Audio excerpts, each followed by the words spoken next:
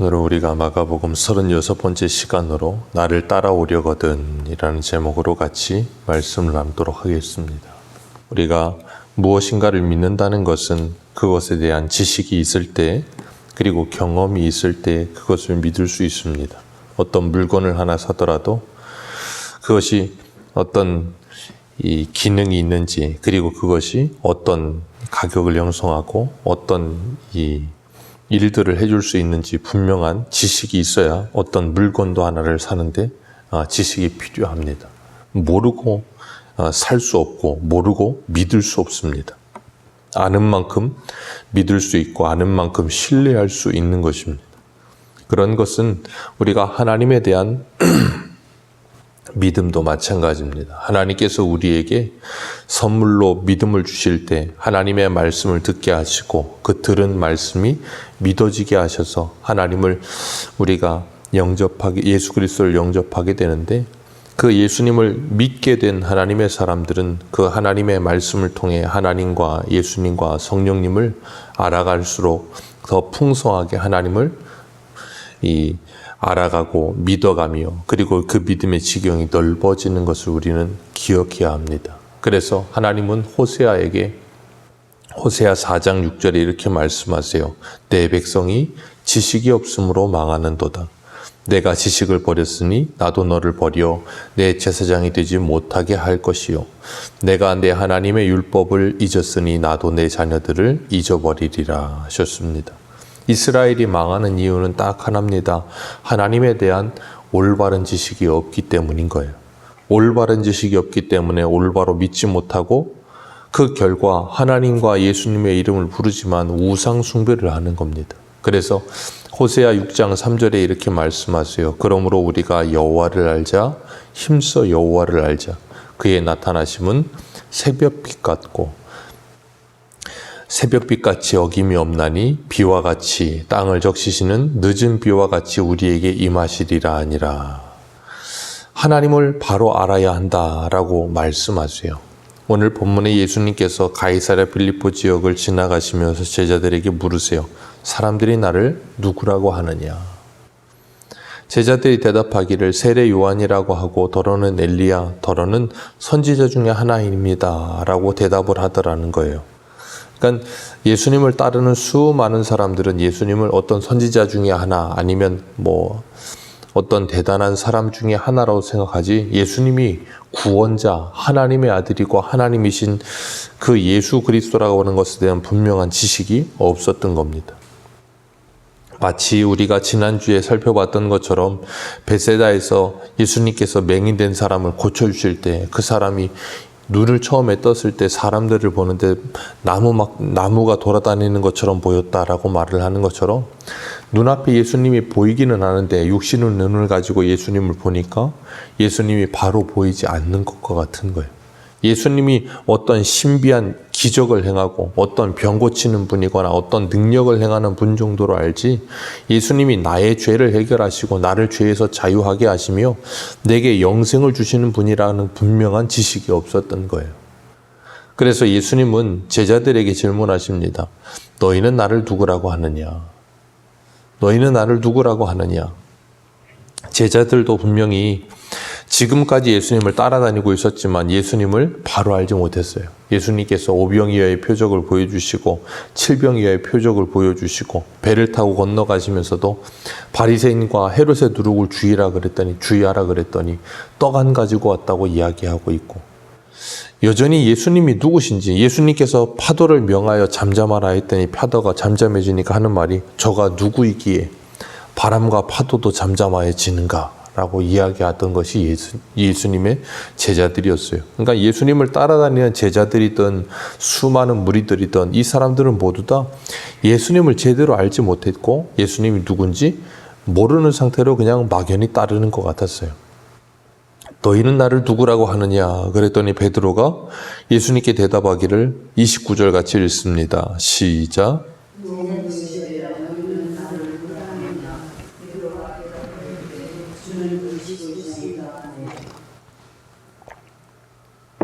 주는 그리스도시니이다. 마태복음 16장 16절을 보면 주는 그리스도시요 살아계신 하나님의 아들이시니이다 라고 대답하죠. 예수님께서 이 대답을 들으시고 내가 내게 알게 한 이는 혈육이 아니요 하늘에 계신 내 아버지라 라고 말씀하세요. 베드로가 만점 같은 대답을 했죠. 주는 그리스도시요 살아계신 하나님의 아들이시니이다. 그런데 베드로는 이 대답을 하면서도 자신이 무슨 대답을 하고 있는지 정확하게 몰랐습니다. 왜 그런가 하면 베드로는 그 다음에 예수님께서 하신 말씀을 이해하지 못하고 예수님께 항변하죠. 그 이유는 예수님이 주는 그리스도시요라는 표현이 무슨 의미인지를 제대로 아직 몰랐던 거예요. 예수님께서 베드로가 주는 그리스도시요 살아계신 하나님의 아들입니다 라고 말을 했더니 예수님께서 비로소라는 표현과 함께 예수님이 당할 일에 대해서 가르치십니다. 그리고 자기 일을 아무에게도 말하지 말라고 경고하셨어요. 그리고 나서 내가 장로들에게 고난을 당하고 대제사장들과 서기관들에게 버림받고 죽임을 당하고 사흘 만에 다시 살아날 것이다 하는 것을 가르쳤더니 베드로가 예수님을 붙들고 항변하였다 그랬어요. 옛날 성경에는 가나여 가로되 그렇게 표현했고 붙들고 항변한다는 건 거의 꾸짖다시피 말했다는 거예요. 그러지 말라는 거예요. 그랬더니 예수님께서 33절에 대답하십니다. 33절입니다. 시작.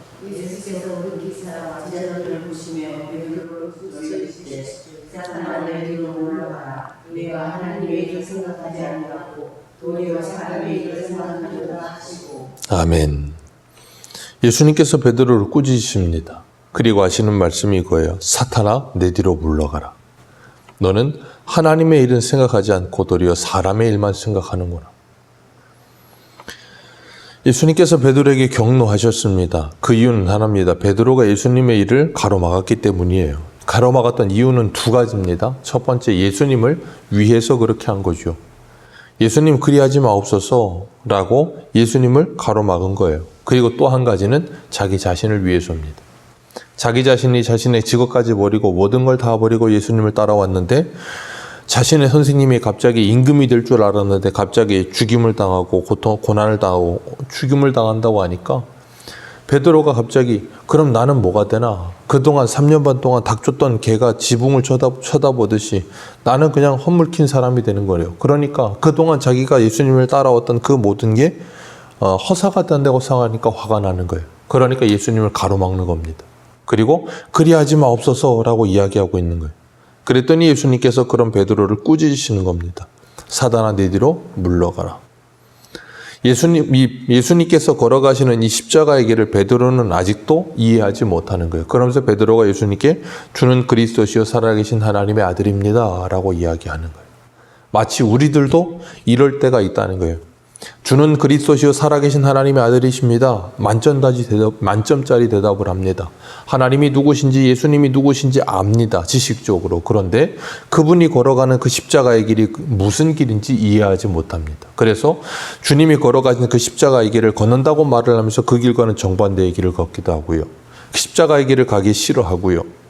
그 길하고는 전혀 다른 길을 걷고 싶어 하는 게 우리들일 때가 있다는 거예요. 그리고 오히려 하나님의 일을 가로막고 사람의 일만을 생각하며 이 믿음의 생활을 하고 있을 때가 있다는 거예요. 주님께서 그래서 베드로를 향해서 사탄아 내 뒤로 물러가라. 네가 하나님의 일을 생각하지 않고 도리어 사람의 일만 생각하는구나 라고 말씀하시면서 34절에 누구든지 나를 따라오려거든 자기를 부인하고 자기 십자가를 지고 나를 따를 것이니라 라고 말씀하신 거예요. 베드로는 여전히 누구를 부인하지 못해요? 자신을 부인하지 못하는 거죠. 누구를 위해서 예수님을 가로막아요? 자신을 위해서 예수님을 가로막아요. 명분은 예수님을 위한 것이라고 말을 하고 있지만 그 명분의 본질은 자기 자신을 위함이에요. 그러니 여전히 자신을 부인하지 못하고 자기 자신을 위해 예수님을 따르고 있었고 자기 자신의 일신의 안위를 위해 예수님을 따르고 있는 그것을 예수님께서 아시고 이렇게 말씀하시는 거예요. 나를 따라오려거든 자기를 부인하고 자기 십자가를 지지 않으면 나를 따라올 수 없다라고 말씀하시는 거예요. 예수님을 바로 알지 못하면 그 예수님이 걸어가시는 길이 무엇인지 알지 못하면 복음과 함께 고난을 받을 수 없다는 거예요. 로마서 10장 2절과 3절에 보면 이렇게 말씀하세요. 내가 증언하노니 그들이 하나님께 열심은 있으나 올바른 지식을 따르는 것이 아니니라. 하나님의 의를 모르고 자기의 의를 세우려고 힘써 하나님의 의에 복종하지 아니하였느니라. 아멘. 예수님이 누구신지 제대로 알지 못하기 때문에 이런 일이 일어나는 거예요. 그런데 예수님이 누구신지를 바로 알게 될 때 제자들은 사도행전에서 어떻게 됩니까?